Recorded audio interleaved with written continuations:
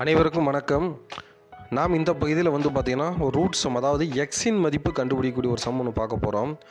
இந்த மாதிரி ஒரு ஸ்கொயர் ரூட் கொடுத்துருவாங்க, இந்த பக்கம் ஒரு நம்பர்ஸ் கொடுத்துருவாங்க. இந்த எக்ஸோட மதிப்பு என்ன அப்படின்னு நம்மளே கண்டுபிடிக்க சொல்லுவாங்க.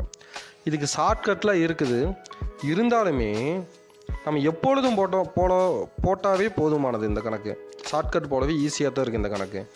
அதுக்கு முதல்ல என்ன பண்ணணும் அப்படின்னா, சமக்குறிக்கு இடதுபுறம் வலதுபுறம் என்ன பண்ணணும், ரெண்டு பக்கம் நம்ம ஸ்கொயர் ரூட் எடுக்கணும். சொல்கிறது புரியுதுங்களா? ரெண்டு பக்கமே நாம் ஸ்கொயர் ரூட் எடுக்கணும். இந்த பக்கம் root 1 + x/144 whole squared equal to 13 square divided by 12 square. சரி, இந்த மாதிரி ஸ்கொயர் ரூட் எடுத்தோம் அப்படின்னா என்ன ஆகும் அப்படின்னா, இந்த பக்கம் ரூட் இருக்குங்க, இந்த ரூட்டும் ஸ்கொயரும் வந்தால் ரெண்டுமே என்ன ஆகும், கேன்சல் ஆகி உள்ள இருக்கிற நம்பரே ஆன்சராக வரும். புரியுதுங்களா?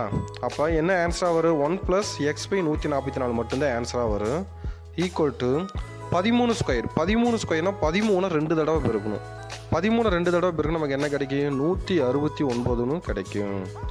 அதே போல் 12 ஸ்கொயர். 12 2 தடவை பெருக்கணும், என்ன கிடைக்கும், 144 கிடைக்கும்.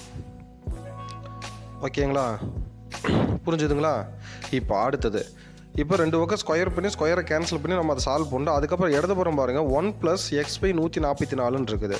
இது என்ன பண்ணணும் அப்படின்னா, குறுக்கு பெருக்கல், அதாவது கிராஸ் மல்டிப்ளிகேஷன் பண்ணணும்.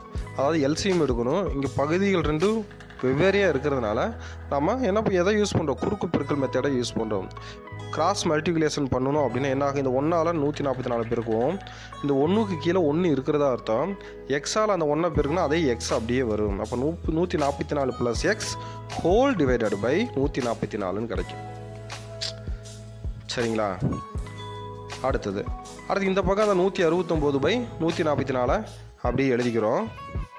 பாருங்கள், 169/144 அப்படியே எழுதிக்கிறோம். இங்கே பாருங்கள், இதுக்கு கீழேயும் லெஃப்ட் சைடு 144 கீழே இருக்குது, 169 கீழே என்ன இருக்குது, என்ன ஒரு இருக்குது, 144 இருக்குது.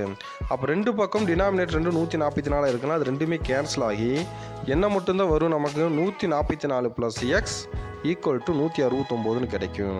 நம்ம இங்கே எக்ஸோட மதிப்பு தான் கண்டுபிடிக்க போகிறோம். அதனால் எக்ஸை மட்டும் இடதுபுறம் வச்சுட்டு 144 சமக்குறிக்கு அந்த பக்கம் கொண்டு போகும்போது இந்த +144 என்னவா மாறும், -144 மாறும்.